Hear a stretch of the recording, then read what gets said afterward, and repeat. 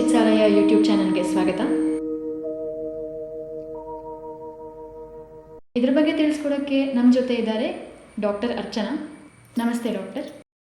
ಹಾಗಾದರೆ ಈಗ ಅದರದ್ದು ಇತಿಹಾಸ ಎಲ್ಲ ನೀವು ಹೇಳಿದ್ರಿ, ಆದರೂ ನಮ್ಮಲ್ಲೊಂದು ಸಾಮಾನ್ಯವಾದ ಅಭಿಪ್ರಾಯ ಇದೆ. ಏನು ಅಂದರೆ ಅದು ಆಯುರ್ವೇದ ಪದ್ಧತಿ ಔಷಧೋಪಚಾರ ಎಲ್ಲರಿಗೂ ವರ್ಕ್ ಆಗುತ್ತಾ, ಅದು ಎಲ್ಲರಿಗೂ ಕೆಲಸ ಮಾಡುತ್ತಾ, ಮತ್ತು ಈಗ ಕೆಲಸ ಮಾಡುತ್ತೆ ಅಂದರೆ ಈಗ ಆಯುರ್ವೇದ ಔಷಧಿ ಹೇಗೆ ಕೆಲಸ ಮಾಡುತ್ತೆ ಒಬ್ಬ ರೋಗಿ ಮೇಲೆ ಅಥವಾ ಒಂದು ರೋಗದ ಮೇಲೆ ಹೇಗೆ ಅದರ ಕೆಲಸ ಆಗುತ್ತೆ? ಆಯುರ್ವೇದ ಔಷಧಿ ಎಲ್ಲರ ಮೇಲೆ ಕೆಲಸ ಮಾಡುತ್ತೆ ಅಂದರೆ 100% ಕೆಲಸ ಮಾಡುತ್ತೆ. 100% ಕೆಲಸ ಮಾಡಲೇಬೇಕು.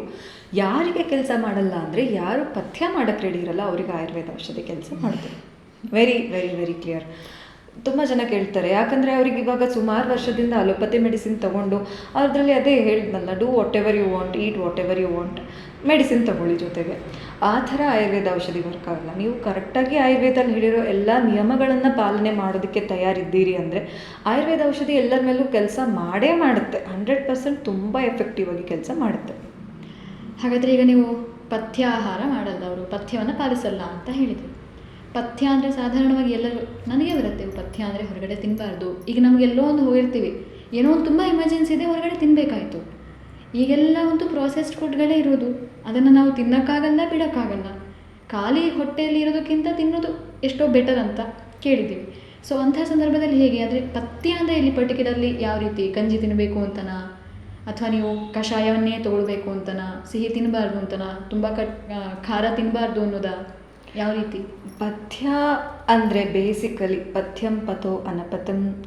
ನಮ್ಮ ದೇಹದಲ್ಲಿ ಒಂದು ಸ್ರೋತಸ್ಸಿರುತ್ತೆ, ಅಂದರೆ ಒಂದಷ್ಟು ಚಾನಲ್ಸ್ ಇದೆ ನಮ್ಮ ಬಾಡಿಯಲ್ಲಿ. ಆ ಯಾವುದೇ ಚಾನಲ್ಸಲ್ಲಿ ಒಂದು ಏನು ಪ್ರವಹಿಸ್ತಾ ಇದೆ, ಏನು ಹೋಗ್ತಾ ಇದೆ, ಅದನ್ನು ಬ್ರೇಕ್ ಮಾಡ್ದಲೇ ನೀಟಾಗಿ ಫ್ಲೋ ಆಗೋಕ್ಕೆ ಬಿಡೋದು ಪಥ್ಯ. ಪಥ್ಯ ಅಂದರೆ ತುಂಬ ದೊಡ್ಡದು ಏನೋ ಮೀನಿಂಗ್ ಇಲ್ಲ. ನಮ್ಮ ದೇಹದಲ್ಲಿ ಏನನ್ನು ಬ್ಲಾಕ್ ಮಾಡದೇ ಇರೋದು ಪಥ್ಯ ಅಷ್ಟೇ. ಪಥ್ಯ ಅಂದರೆ ಇವಾಗ ಬರೀ ಗಂಜಿ ಊಟ ಮಾಡ್ಕೊಂಡಿರಿ, ಬಾಡಿಗೆ ಸ್ಟ್ರೆಂತ್ ಬೇಕಲ್ವಾ? ಗಂಜಿ ಊಟ ಮಾಡೋಕ್ಕೆ ಹೇಳೋದು ಜ್ವರದ ಕಂಡೀಷನಲ್ಲಿ ಮಾತ್ರ. ಯಾಕಂದರೆ ಯಾವಾಗ ಜೀರ್ಣ ಮಾಡ್ಕೊಳ್ಳೋಕ್ಕೆ ಶಕ್ತಿ ಇರೋದಿಲ್ಲ ಅವಾಗೆ ಲಘು ಆಹಾರ ಹೇಳ್ತೀವಿ ಬಿಟ್ಟರೆ ಎಲ್ಲರಿಗೂ ಪಥ್ಯ ತಗೊಳ್ಳಿ ಅಂತ ಆಯುರ್ವೇದದಲ್ಲಿ ಖಂಡಿತ ಹೇಳಲ್ಲ. ಖಾರ ತಗೋಬಿಡಿ, ಸಿಹಿ ತಗೋಬಿಡಿ, ಡಿಪೆಂಡ್ಸ್ ಆನ್ ದ ಕಂಡೀಷನ್. ಈಗ ನಿಮಗೆ ಏನು ಪಥ್ಯ ಬೇಕು, ನಿಮ್ಮ ದೇಹಕ್ಕೆ ಏನು ಒಳ್ಳೆಯದು, ನಿಮಗಿರೋ ರೋಗಕ್ಕೆ ಏನು ಒಳ್ಳೆಯದು, ಈ ರೋಗದಲ್ಲಿ ನೀವು ಯಾವ ರೀತಿಯಾದ ಪಥ್ಯ ಮಾಡಿದ್ರೆ ನೀವು ಬೇಗ ಈ ಕಾಯಿಲೆಯಿಂದ ಆಚೆ ಬರ್ತೀರಾ, ಅದಕ್ಕೆ ತಕ್ಕನಾಗಿ ನಾವು ಪಥ್ಯ ಹೇಳ್ತೀವಿ. ಕಮಿಂಗ್ ಟು ಪ್ರೋಸೆಸ್ಡ್ ಫುಡ್, ನೀವು ಒಂದು ಹೊತ್ತು ಊಟ ಮಾಡಲಿಲ್ಲ ಅಂದರೆ ಏನೂ ಆಗೋದಿಲ್ಲ. ಪ್ರೋಸೆಸ್ಡ್ ಫುಡ್ ತಗೊಂಡು ಪ್ರಾಬ್ಲಮ್ ಆಗುತ್ತೆ. ಏನು ತಿನ್ನಲಿಲ್ಲ ಅಂದರೆ ಖಂಡಿತ ಏನೂ ಆಗೋದಿಲ್ಲ, ಏನೂ ಆಗೋದಿಲ್ಲ. ಯಾಕಂದರೆ ಹಿಂದಿನ ಕಾಲದಲ್ಲಿ ಅನ್ನಕಾಲ ಇದ್ದಿದ್ದೇ 2. ಇವಾಗ ನಾವು ಹೇಗೆ ಅಭ್ಯಾಸ ಮಾಡ್ಕೊಂಡಿದ್ದೀವಿ ಹಾಗೆ ನಮ್ಮ ದೇಹ ಅಭ್ಯಾಸ ಮಾಡ್ಕೊಂಡು ಬಿಡುತ್ತೆ. ನಾವು ಇವಾಗ 4 ಹೊತ್ತು 5 ಹೊತ್ತು ತಿಂದು ತಿಂದು ತಿಂದು ಅಭ್ಯಾಸ ಮಾಡ್ಕೊಂಡಿದ್ದೀವಿ. ಬಟ್ ಅದರದ್ದು ಎಫೆಕ್ಟ್ಸ್ ನಮ್ಮ ಬಾಡಿ ಮೇಲೆ ಡೆಫಿನೆಟ್ಲಿ ಕಾಣಿಸ್ತಾ ಇದೆ. ಒಂದು ಹೊತ್ತು ತಿನ್ನಲಿಲ್ಲ ಅನ್ನೋದು is better than having processed food. ಹಾಗಾದರೆ ಈಗ ನೀವು ಪಥ್ಯ ಅಂದರೆ ಏನು, ರೋಗದ ಲಕ್ಷಣ ಹೇಗೆ ಅಂದರೆ ಅಲ್ಲಿ ಬಾಡಿ ಮೇಲೆ ಹೇಗಿರುತ್ತೆ, ರೋಗದ ಲಕ್ಷಣ ಹೇಗೆ ಅನ್ನೋದ್ರ ಮೇಲೆ ನಾವು ಹೇಳ್ತೀವಿ ಅಂತ ಹೇಳಿದ್ರಿ. ಆಯುರ್ವೇದದಲ್ಲಿ ನೀವು ರೋಗದ ಲಕ್ಷಣವನ್ನು ಹೇಗೆ ಕಂಡುಹಿಡಿತೀರಾ? ಆಯುರ್ವೇದ ಬೇಸಿಕಲಿ ನಿಂತಿರೋದೇ ಪಂಚಮಹಾಭೂತ ಸಿದ್ಧಾಂತದ ಮೇಲೆ. ಈಗ ಇಡೀ ಸೃಷ್ಟಿಯಲ್ಲಿ ಸಕಲ ಚರಾಚರಗಳಲ್ಲಿ ಪಂಚಮಹಾಭೂತಗಳಿಂದನೇ ಆಗಿದೆ. ನಮ್ಮ ದೇಹ ಆಗಿರೋದು ಇದೇ ಪಂಚಮಹಾಭೂತಗಳಿಂದ. ಈ ಪಂಚಮಹಾಭೂತದ ಪರ್ಮಿಟೇಷನ್ ಆ್ಯಂಡ್ ಕಾಂಬಿನೇಷನ್ನೇ ಇರೋ ದೋಷಗಳು, ಇರೋ ಧಾತುಗಳು, ಇರೋ ಮಲಗಳು ಎಲ್ಲದೂ ಈ ಪಂಚಮಹಾಭೂತಗಳಿಂದನೇ ಆಗಿದೆ ಅಂತ ನಾವು ಅದನ್ನು ಒಂದು ಕ್ರೈಟೀರಿಯಾ ಇಟ್ಕೊಂಡಿದ್ದೀವಿ. ಕ್ರೈಟೀರಿಯಾ ಆಫ್ ಅಸೆಸ್ಮೆಂಟ್ ಅಂತಾರಲ್ಲ, ಆ ಥರ ಆಯುರ್ವೇದದಲ್ಲಿ ಒಂದು ಕ್ರೈಟೀರಿಯಾ ಆಫ್ ಅಸೆಸ್ಮೆಂಟ್ ಏನಿದೆ ಅದು ದೋಷಗಳು. 3 ದೋಷಗಳು ಅಂತ ನಾವು ವಿಂಗಡಣೆ ಮಾಡ್ಕೊಂಡಿರೋದು. ದೇಹದಲ್ಲಿ 3 ದೋಷಗಳಿದೆ. ಈ 3 ದೋಷ ಅಂತ ಯಾಕೆ ಕರಿತೀವಿ? ದೋಷಂತೆ ದೋಷ, it can create some disorder in your body. ಇದಕ್ಕೆ ಕೇಪಬಿಲಿಟಿ ಇದೆ. ಇವಾಗ ಧಾತುಗಳು ತನಿಗೆ ತಾನಾಗಿ ಏನು ಮಾಡ್ಕೊಳಕ್ಕೆ ಹೋಗಲ್ಲ, ಅದ್ರ ಕೆಲಸ ಅದನ್ನು ಮಾಡ್ಕೊಂಡಿರುತ್ತೆ. ಈಗ ಇಲ್ಲಿ ಧಾತುಗಳು ಅಂದರೆ ಯಾವುದು? ಧಾತುಗಳೆಂದರೆ ನಮ್ಮ ದೇಹನ ನಿರ್ಮಾಣ ಮಾಡಿರುವಂಥದ್ದು ಫಿಸಿಕಲಿ. ಈಗ ಒಂದು ದೇಹ ಫಿಸಿಕಲ್ಲಾಗಿ ಬೇಕಂದಾಗ ಅದನ್ನು ನಿರ್ಮಾಣ ಮಾಡಿರುವಂಥ ಒಂದೊಂದು ಸ್ಮಾಲ್ ಫ್ರ್ಯಾಗ್ಮೆಂಟ್ಸ್ನ ನಾವು ಧಾತುಗಳು ಅಂತ ಕರಿತೀವಿ. ಧಾರಣಾತ್ ಅಥವಾ ದೇಹನ ಧಾರಣೆ ಮಾಡಿ ಇಟ್ಕೊಂಡಿರೋ ಧಾತುಗಳು. ಸೊ ಇದಿಷ್ಟು ಸೇರಿಸಿ ನಾನಿವಾಗ ಒಂದು ಬಾಡಿಯನ್ನು ಕ್ರಿಯೇಟ್ ಮಾಡಿದ್ದೀನಿ. ಈ ಬಾಡಿಯಲ್ಲಿ that factor which can get aggravated by its own, ಅದಾಗದು ಯಾವುದು ದೂಷಣೆ ಆಗೋಕ್ಕೆ ಕೇಪಬಿಲಿಟಿ ಇದೆ, ಅದನ್ನು ದೋಷ ಅಂತ ಕರಿತೀವಿ. ದೋಷ ಅಂದರೆ ಅದು ಕಾಯಿಲೆನೇ ಉಂಟು ಮಾಡುತ್ತೆ ಅಂತಲ್ಲ. ನಮ್ಮ ದೇಹ ಇವಾಗ ನೀಟಾಗಿ ಅದ್ರದ್ದು ಕೆಲಸಗಳದ್ದು ಮಾಡ್ಕೊಂಡು ಹೋಗ್ಬೇಕಂದ್ರೆ ನಮಗೆ ದೋಷಗಳು ಬೇಕು. ಇವಾಗ ವಾತದೋಷದ ಕೆಲಸ ಅದು ಮಾಡಲಿಲ್ಲ ಅಂದರೆ it leads to disease. Normalise ಆಗಿ ಇರಬೇಕು ಅನ್ನೋದಷ್ಟೇ ನಾವು ಹೇಳ್ತಾರೆ. ಅದು ನಾರ್ಮಲೈಸ್ಡ್ ಆಗಿ ಅದ್ರ ಕೆಲಸ ಅದು ಮಾಡ್ಕೊಂಡಿರಬೇಕು. ಆಗಲಿಲ್ಲ ಅಂದಾಗ, ಈ ಕೆಲಸಗಳಲ್ಲಿ ಏನಾದ್ರು ವ್ಯತ್ಯಾಸ ಆದಾಗ ಅದು ರೆಬೆಲ್ ಆಗುತ್ತೆ. It will start creating some problem inside the body. ಅದಕ್ಕೆ ಅದನ್ನು ನಾವು ದೋಷ ಅಂತ ಕರಿತೀವಿ. ಈ ದೋಷಗಳಲ್ಲಾಗೋ ಹೆಚ್ಚು ಕಮ್ಮಿ ಏನಾಗಿದೆ, ಐದರ್ ಹೆಚ್ಚು ಅಥವಾ ಕಮ್ಮಿಯಿಂದ ನಮಗೆ ಡಿಸೀಸಸ್ ಆಗುತ್ತೆ, ಅಥವಾ ಮಾಲ್ ಫಂಕ್ಷನಿಂಗ್ ಅಂತ ಹೇಳ್ಬೋದು. ಅದರಿಂದ ನಮಗೆ ಇದಾಗುತ್ತೆ. ಸೊ ನಾವು ಆಯುರ್ವೇದದ ಪ್ರಕಾರ ಕಾಯಿಲೆನ ಕಂಡುಹಿಡಿಯೋದು ಆ ದೋಷಗಳ ಮುಖಾಂತರ. ಆ ದೋಷ ಸರಿಯಾಗಿ ಕೆಲಸ ಆಗ್ತಿದೆಯೋ, ಹೆಚ್ಚಾಗಿದೆಯೋ, ಕಡಿಮೆ ಆಗಿದೆಯೋ ಅನ್ನೋದ್ರ ಬೇಸಿಸ್ ಮೇಲೆ. ಹಾಗಾದರೆ ದೋಷಗಳು ಇರಬೇಕು ಅಂತ ಆಯಿತು. ಅದು ನೀವು ದೋಷಗಳೇ ನಮ್ಮ ದೇಹದಲ್ಲಿ ಕೆಲಸ ಮಾಡುವುದು. ಬಟ್ ಆ ಕೆಲಸ ಸರಿಯಾಗಿ ಆಗ್ತಾ ಇದೆ ಅಂದರೆ ಬಾಡಿ ನಾರ್ಮಲ್ ಆಗಿರುತ್ತೆ. ಆ ಕೆಲಸ ಹೆಚ್ಚು ಕಮ್ಮಿ ಆಗ್ತಾ ಇದೆ ಅಂದರೆ ಅದು ನಮಗೆ ಕಾಯಿಲೆ ಉಂಟು ಮಾಡುತ್ತೆ. ಹಾಗಾದರೆ ಆಯುರ್ವೇದದಲ್ಲಿ ಹೇಳಿರುವಂತಹ ದೋಷಕ್ಕೂ ಸಾಮಾನ್ಯವಾಗಿ ನಾವು ಹೇಳುವಂಥ ದೋಷಕ್ಕೂ ಸುಮಾರು ವ್ಯತ್ಯಾಸ ಇದೆ, ಸಂಬಂಧವೇ ಇಲ್ಲ. ಸರಿ. ಹಾಗಾದರೆ ಈಗ ಈ ಆಯುರ್ವೇದ ಔಷಧಿಯನ್ನು ಎಲ್ಲ ವಯೋಮಾನದ ವ್ಯಕ್ತಿಗಳಿಗೆ, ಅಂದರೆ ಎಲ್ಲ ಏಜ್ ಗ್ರೂಪ್ ಆಫ್ ಪೀಪಲ್ಗೆ ಇದನ್ನು ನಾವು ಸಜೆಸ್ಟ್ ಮಾಡ್ಬೋದಾ? ಅವರು ಅದನ್ನು ತಗೊಳ್ಬಹುದಾ? ಖಂಡಿತ ಖಂಡಿತ. ಎಸ್ಪೆಷಲಿ ಈಗ ಚಿಕ್ಕ ಮಕ್ಕಳು ಮತ್ತು ವಯಸ್ಸಾದವರು ಆಯುರ್ವೇದ ಔಷಧಿಯನ್ನೇ ಮಾಡಬೇಕು. ನನ್ನ ಪ್ರಕಾರ ಚಿಕ್ಕ ಮಕ್ಕಳಿಗೆ ನೀವು ದಯವಿಟ್ಟು ಯಾರು ಆಯುರ್ವೇದ ಔಷಧಿಯನ್ನೇ ಮಾಡಬೇಕು, ಖಂಡಿತವಾಗಿ. ಯಾಕಂದರೆ ನೋಡಿ, ಆಗ ಬೆಳೀತಾ ಇರೋ ವಯಸ್ಸಲ್ಲಿ, ಇವಾಗ ಫಾರ್ ಎಕ್ಸಾಂಪಲ್ ಈಗ ಒಂದು ಬೋನ್ ಫ್ರ್ಯಾಕ್ಚರ್ ಆಯ್ತಂದರೆ for elderly people it may take up to 2 months. ಇವಾಗ ಅದೇ ಒಂದು ಮಗು, ಚಿಕ್ಕ ಮಗು ಆದಾಗ ಆ ಮಗುಗೆ ಒಂದು ಬೋನ್ ಬ್ರೇಕ್ ಆದರೆ it will heal within 20 days. ಹೇಗೆ ಗ್ರೋತ್ ತುಂಬ ಜಾಸ್ತಿ ಇರುತ್ತೆ. ನಿಮಗೆ ಬಾಡಿಯಲ್ಲಿರೋ ಮೆಟಬಾಲಿಸಮ್ಗಿಂತ ಒಂದು ಮಗುವಿನ ಬಾಡಿಯಲ್ಲಿ ಮೆಟಬಾಲಿಸಮ್ ತುಂಬ ಜಾಸ್ತಿ ಮಟ್ಟಿಗಿರುತ್ತೆ. ಈಗ ಮಗು ಮತ್ತು ಅವರು very susceptible for getting diseases. ಹೊರಗಡೆ ಆಟಾಡ್ತಾ ಇರ್ತಾರೆ, ಅವರು ಏನಾದರೂ ಸಿಕ್ಕಿದ್ದು ತೊಗೊಂಡು ಬಾಯಿಗೆ ಹಾಕೋತಾ ಇರ್ತಾರೆ. ಹೈಜಿನಿಕ್ ಮೇಂಟೈನ್ ಮಾಡ್ತಾರಾ ಇಲ್ವಾ ಗೊತ್ತಿಲ್ಲ. ಎಲ್ಲದಕ್ಕಿಂತ ಹೆಚ್ಚಾಗಿ ಬೇಡ ಅಂದಿದ್ದೆ ಮಾಡ್ತಾ ಇರ್ತಾರೆ. ಎಲ್ಲದಕ್ಕಿಂತ ಹೆಚ್ಚಾಗಿ ಅವರಿಗೆ ಸ್ಕೂಲಲ್ಲಿ ಒಬ್ಬರಿಂದ ಒಬ್ಬರಿಗೆ ಕಂಟ್ಯಾಜಿನಿಯಸ್ ಆಗಿ ಬಂದುಬಿಡುತ್ತೆ. ಯಾವುದೋ ಒಂದು ಮಗು ಸ್ಕೂಲಲ್ಲಿ ಅಷ್ಟು ಮಗು ಕೆಮ್ಮಕ್ಕೆ ಶುರು ಮಾಡೋದು. That is how it spreads. Droplet infection ಒಬ್ಬರಿಂದ ಒಬ್ರಿಗೆ ಹಾಗೆ ಸ್ಪ್ರೆಡ್ ಆಗೋದು. ಸೊ ಮಕ್ಕಳು ಇವಾಗ ಹುಷಾರು ತಪ್ತಾ ಇದೆ ಅಂದಾಗ ಅವ್ರ ಬಾಡಿಯಲ್ಲಿ ಇಮ್ಯುನಿಟಿ ಲೆವೆಲ್ಸ್ ನಮ್ಮ ಬಾಡಿಯಲ್ಲಿ ಇರೋದಕ್ಕಿಂತ ಕಡಿಮೆ ಇರೋದ್ರಿಂದ ನಾವು ಅವರಿಗೆ ಇವಾಗಿಂದನೇ ಒಂದ್ಸಲ ಕೆಮ್ಮಾಯಿತು, ಜ್ವರ ಆಯಿತು, ಆ್ಯಂಟಿಬಯೋಟಿಕ್ಸ್ ನಾವು ಕೊಡೋಕ್ಕೆ ಶುರು ಮಾಡಿಬಿಟ್ರೆ ಆ ದೇಹದಲ್ಲಿ ರೋಗ ನಿರೋಧಕ ಶಕ್ತಿ ಕಡಿಮೆ ಆಗಿಬಿಡುತ್ತೆ. ಆ್ಯಂಡ್ ಅದೊಂದು ಲೂಪ್ ಒಳಗಡೆ ಬಿದ್ದ ಹಾಗೆ. ಕಫ ಆಯಿತು, ಕೆಮ್ಮಾಯಿತು, ಜ್ವರ ಬಂತು, ಆ್ಯಂಟಿಬಯೋಟಿಕ್ಸ್ ಕೊಟ್ಟೆ. ಕಫ ಆಯಿತು, ಕೆಮ್ಮಾಯಿತು, ಜ್ವರ ಆಯಿತು, ಆ್ಯಂಟಿಬಯೋಟಿಕ್ಸ್ ಕೊಟ್ಟೆ. ಜ್ವರ ಆಯಿತು, ಕಫ ಆಯಿತು, ಕೆಮ್ಮಾಯಿತು, ಆ್ಯಂಟಿಬಯೋಟಿಕ್ಸ್ ಕೊಟ್ಟೆ. ಈ ಲೂಪಿಂದ ಹೊರಗೆ ಬರೋದಕ್ಕೆ ಸಾಧ್ಯ ಆಗಲ್ಲ. ಅದು ಒಂದು ರೀತಿ ಚಕ್ರವ್ಯೂಹ ಇದ್ದ ಹಾಗೆ. ಅದು ನಿಜವಾಗ್ಲೂ ಆ್ಯಂಟಿಬಯೋಟಿಕ್ಸ್ ಅನ್ನೋದು ಒಂದು ಚಕ್ರವ್ಯೂಹ. ಅದರೊಳಗೆ ನೀವು ಹೋಗಿ ಸಿಕ್ಕಾಕೊಂಡ್ರಿ ಅಂದರೆ you will never be able to come out of it. ಸಾಧ್ಯನೇ ಇಲ್ಲ, ತುಂಬ ಕಷ್ಟ ಆಗುತ್ತೆ. ಯಾಕಂದರೆ ಈಗ ನೋಡಿ, there are 3 generation of antibiotics. ಅದ್ರ ಬಗ್ಗೆ ನಿಧಾನವಾಗಿ ಹೇಳ್ತೀನಿ ನಾನು. ಇದ್ರ ಬಗ್ಗೆ ನಿಜವಾಗಿ ಜನಗಳಿಗೆ ತಿಳಿಸ್ಕೊಡ್ಬೇಕನ್ನೋ ಉದ್ದೇಶ ನನಗಿದೆ. ಈಗ ನೀವು 3rd ಜನರೇಷನ್ ಆ್ಯಂಟಿಬಯೋಟಿಕ್ ಒಂದ್ಸಲ ತೊಗೊಂಡಿದ್ದೀರಾ ಅಂದರೆ ಮುಂದಿನ ಸಲ 1 ವರ್ಷ ಬಿಟ್ಟೇ ಆಗಲಿ ನೀವು 1st or 2nd generation antibiotics ತೊಗೊಳ್ತಾ ಇದ್ದೀರಾ ಅಂದರೆ ಅದು ನಿಮ್ಮ ಬಾಡಿಯಲ್ಲಿ ವರ್ಕ್ ಆಗೋಲ್ಲ. ಆ್ಯಂಡ್ ಈ ಆ್ಯಂಟಿಬಯೋಟಿಕ್ಸಿಂದ ನೀವು 100ಕ್ಕೆ 100% ಬ್ಯಾಕ್ಟೀರಿಯಾನ ತೆಗೆದುಬಿಡ್ತೀರಾ.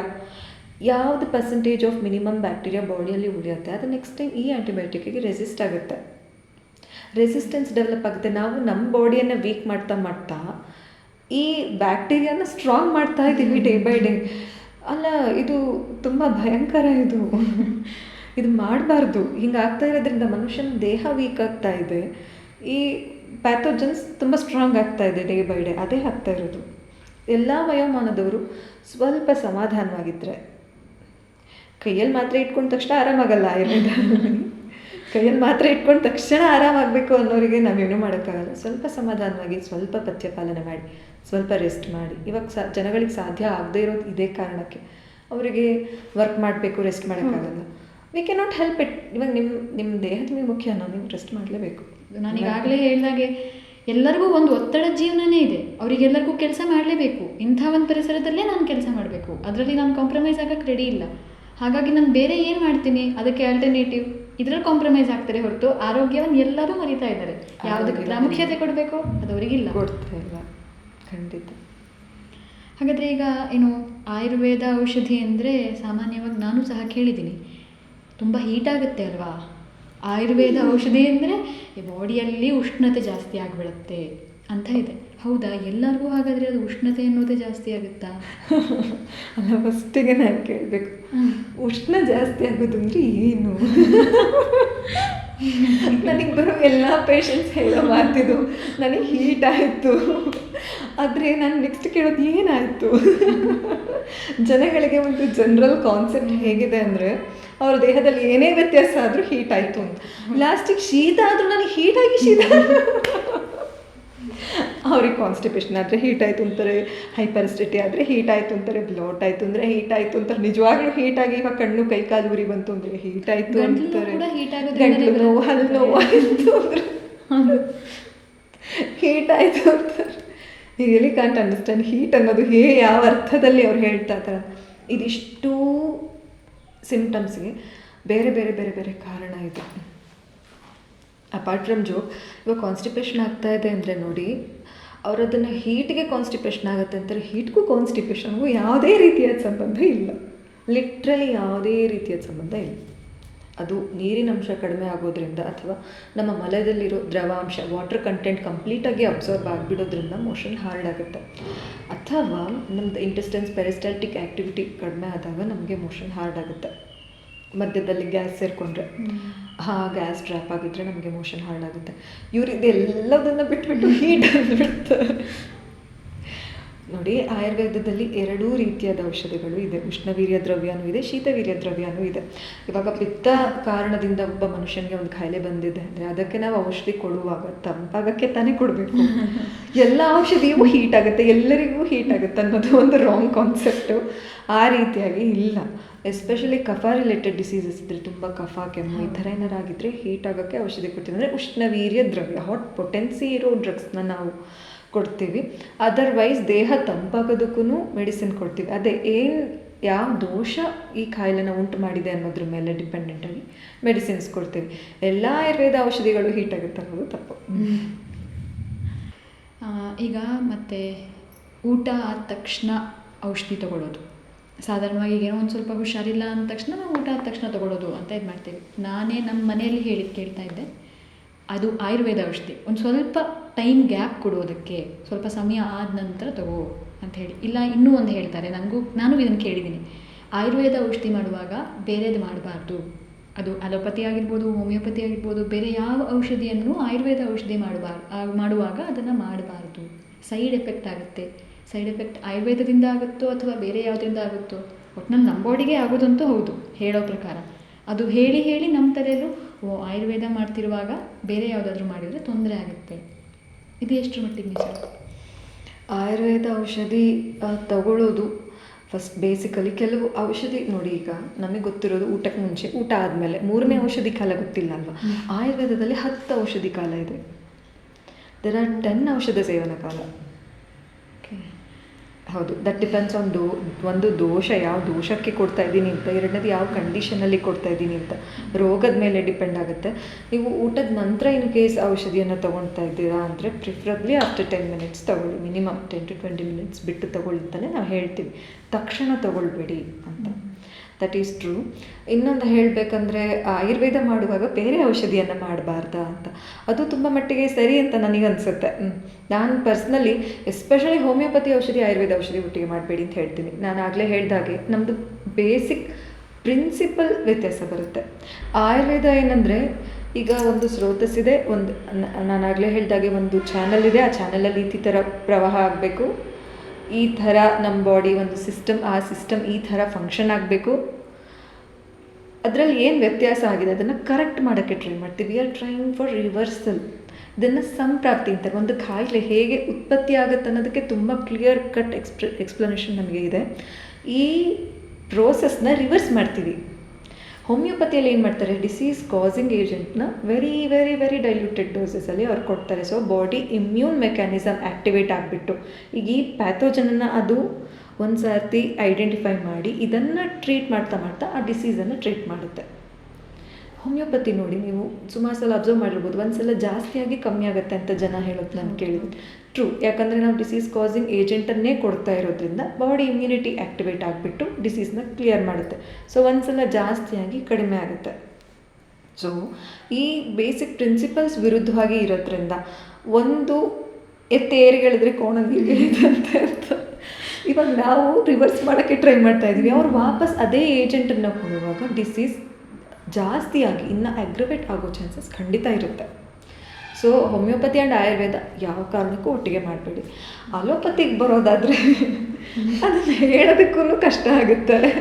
ಬಿಕಾಸ್ ನೋಡಿ, ಈಗ ಒಂದು ಫ್ಯಾಕ್ಟ್ರಿ ಇದೆ, ಆ ಫ್ಯಾಕ್ಟ್ರಿಯಲ್ಲಿ ತುಂಬ ಅಪ್ಡೇಟೆಡ್ ಒಂದು ಸಾಫ್ಟ್ವೇರ್ ಇದೆ ಅಂತ ಅಂದ್ಕೊಳ್ಳೋಣ. ಸುಮಾರು ಸಿಸ್ಟಮಿಕ್ ಫಂಕ್ಷನ್ಸ್ ಇರುತ್ತೆ. ಯಾವುದೇ ಸಿಸ್ಟಮಿಕ್ ಫಂಕ್ಷನ್ ಅದು ಸರಿಯಾಗಿ ಆಗ್ತಾ ಇಲ್ಲ ಅಂದಾಗ ಒಂದು ಅಲಾರ್ಮ್ ಆಗುತ್ತೆ. ಈ ಥರದ್ದು ಒಂದು ಫ್ಯಾಕ್ಟ್ರಿಯಲ್ಲಿ ನಾವು ವರ್ಕ್ ಮಾಡ್ತಾ ಇದ್ದೀವಿ. ಸೊ ಏನಾಗ್ತಾ ಇದೆ, ಯಾವುದೇ ಸಿಸ್ಟಮ್ ಫಂಕ್ಷನಿಂಗ್ ಕರೆಕ್ಟಾಗಿ ಆಗಿಲ್ಲ ಅಂತ ಅಲಾರಮ್ ಬಂದಾಗ ಒಬ್ಬ ಹೋಗ್ಬಿಟ್ಟು ಅಲಾರಮ್ ಆಫ್ ಮಾಡ್ತಾ ಇರ್ತಾನೆ, ರಿಪೇರಿ ಮಾಡಲ್ಲ. This is allopathy. They are just masking the symptoms. ಅಲ್ಲಿ ಏನು ಪ್ರಾಬ್ಲಮ್ ಆಗಿದೆ ಅಂತ ಖಂಡಿತ ಅಡ್ರೆಸ್ ಮಾಡೋದಿಲ್ಲ. ಏನು ಸಿಂಟಮ್ ಕಾಣ್ತಾ ಇದೆ, ಈ ಸಿಂಟಮ್ಗೆ ಒಂದು ಅಂಡರ್ಲೈನ್ ಕಾಸ್ ಇರುತ್ತೆ. ಈಗ ನನಗೆ ಜ್ವರ ಬಂದಿದೆ, ಜ್ವರಕ್ಕೆ ಒಂದು ಕಾರಣ ಇರುತ್ತೆ.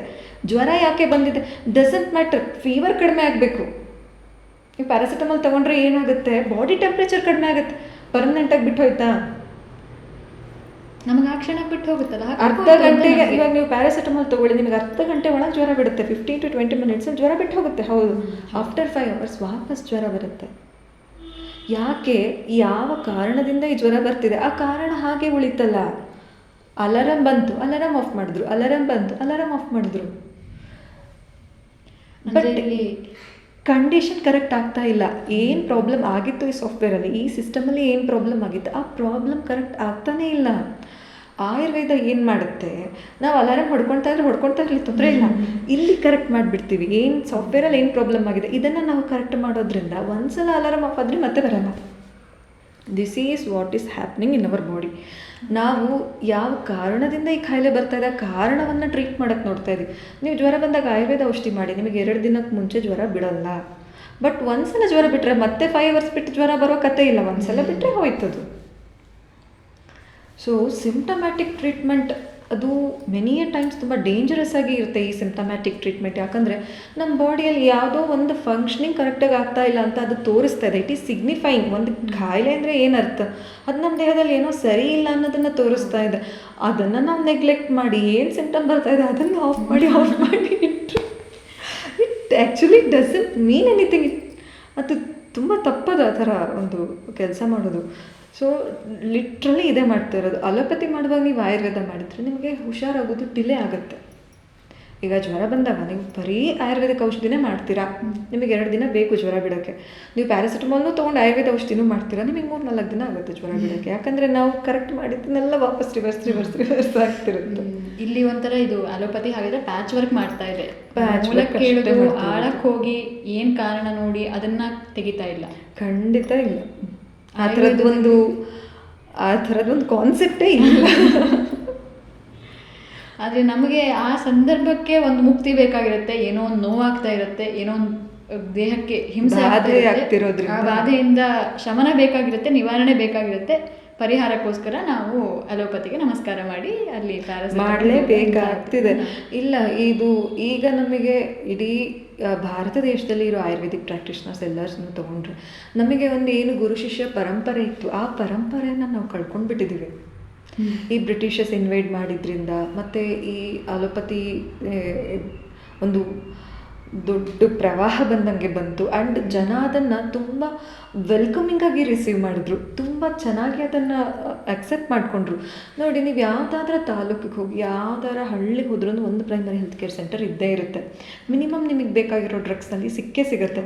ಬಟ್ ಆಯುರ್ವೇದ ಔಷಧಿ ಎಷ್ಟು ಕಡೆಯಲ್ಲಿ ಇದೆ. ನಮಗೆ ಒಂದು ಅಪ್ರೋಚ್ ಕೂಡ ಇಲ್ಲದೇ ಇರೋದ್ರಿಂದ ನಾವು ಹಿಂದೆ ಬಿದ್ದಿದ್ದು not because of lack in Ayurveda, it is because people didn't want to go for it. ಜನಗಳಿಗೆ ಅದು ಬೇಡ ಆಯಿತು ಒಂದು ಪಾಯಿಂಟ್ ಆಫ್ ಟೈಮಲ್ಲಿ. ನನಗಿವಾಗ ಈ ಕ್ಷಣ ಆರಾಮಾಗಬೇಕು, ಈ ಮೆಂಟಾಲಿಟಿ ಯಾವಾಗ ಬಂತು, ನನ್ನ ದೇಹ ಹಾಳಾದರೂ ಪರವಾಗಿಲ್ಲ, ನನ್ನ ವಿಷ ತಿಂದರೂ ಪರವಾಗಿಲ್ಲ, ನಾನು ಈ ಕ್ಷಣ ಆರಾಮಾಗಬೇಕು, ಅಲ್ಲಿಂದ ಸ್ಟಾರ್ಟ್ ಆಯಿತು. ಗಾದೆ ಹೇಳ್ತಾರಲ್ಲ, ಹಿತ್ತಲ ಗಿಡ ಮದ್ದಲ್ಲ, ಹಾಗಾಯಿತು. ಹಾಗೆ ಆಗಿದ್ದು.